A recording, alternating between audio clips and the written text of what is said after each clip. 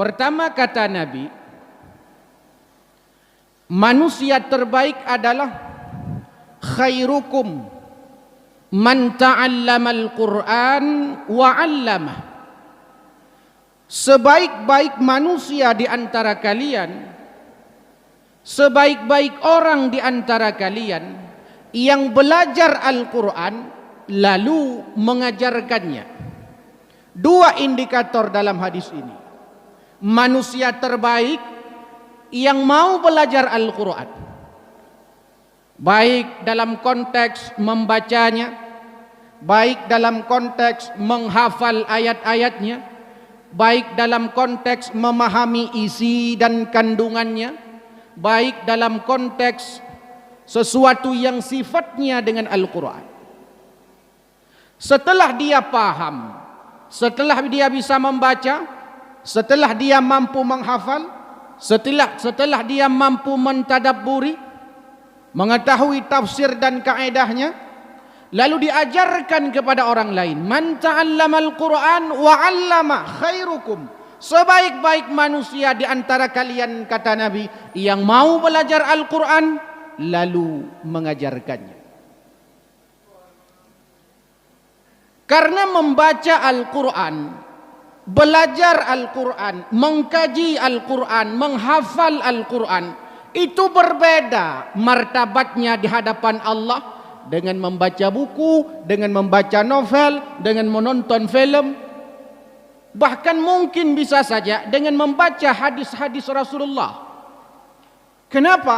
Karena membaca Al-Quran pahalanya per huruf, sedangkan membaca yang lain pahalanya hanya diberikan Allah Subhanahu wa ta'ala, bukan per huruf. Man qara'a harfan min kitabillah falahul hasanah, kata Nabi. Wal hasanatu bi asyri amthaliha wa la aqulu alif lam mim harfun walakin alif harfun lam harfun mim harfun.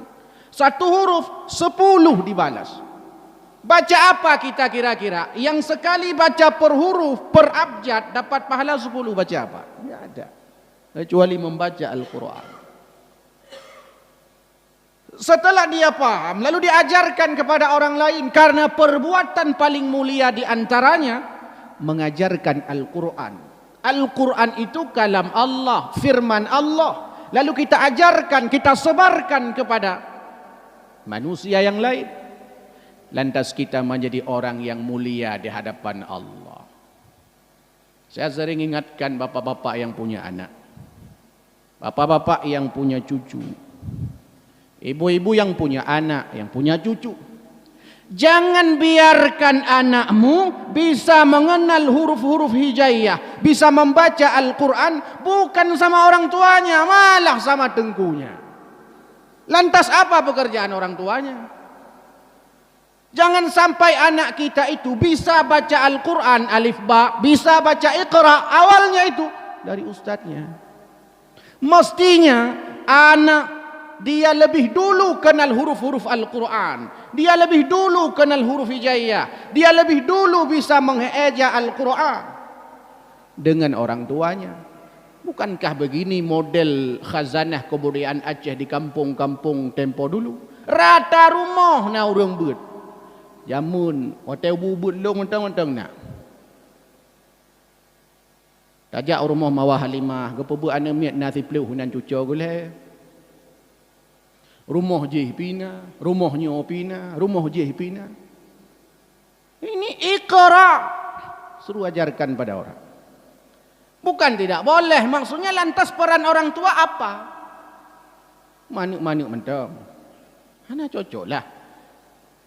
Iya, memang kita harus kita sampaikan, kita berikan, kita ajarkan, kita berikan pendidikan agama kepada guru-gurunya. Nanti sayang orang tua enggak dapat apa-apa, mana pahala jariahnya? Karena kalau orang tua memperkenalkan huruf-huruf hijaiyah kepada anak, memperkenalkan bacaan Al-Quran kepada anak, mengajarkan Iqra kepada anak, Iqra ini akan terus dipakai, huruf hijaiyah itu akan terus dipakai. Apakah dia nanti sudah bisa menghafal Al-Quran? Huruf hijaiyah orang tuanya yang mengajarkan, yang dia baca terus. Dia baca kitab, baca bajuri, baca i'anah, baca mahali. Itu kan huruf-huruf hijaiyah semua. Dan di mana mereka belajar? Ini tugas kita pertama. Agar menjadi manusia terbaik, aktifkanlah membaca Al-Quran di rumah-rumah kita.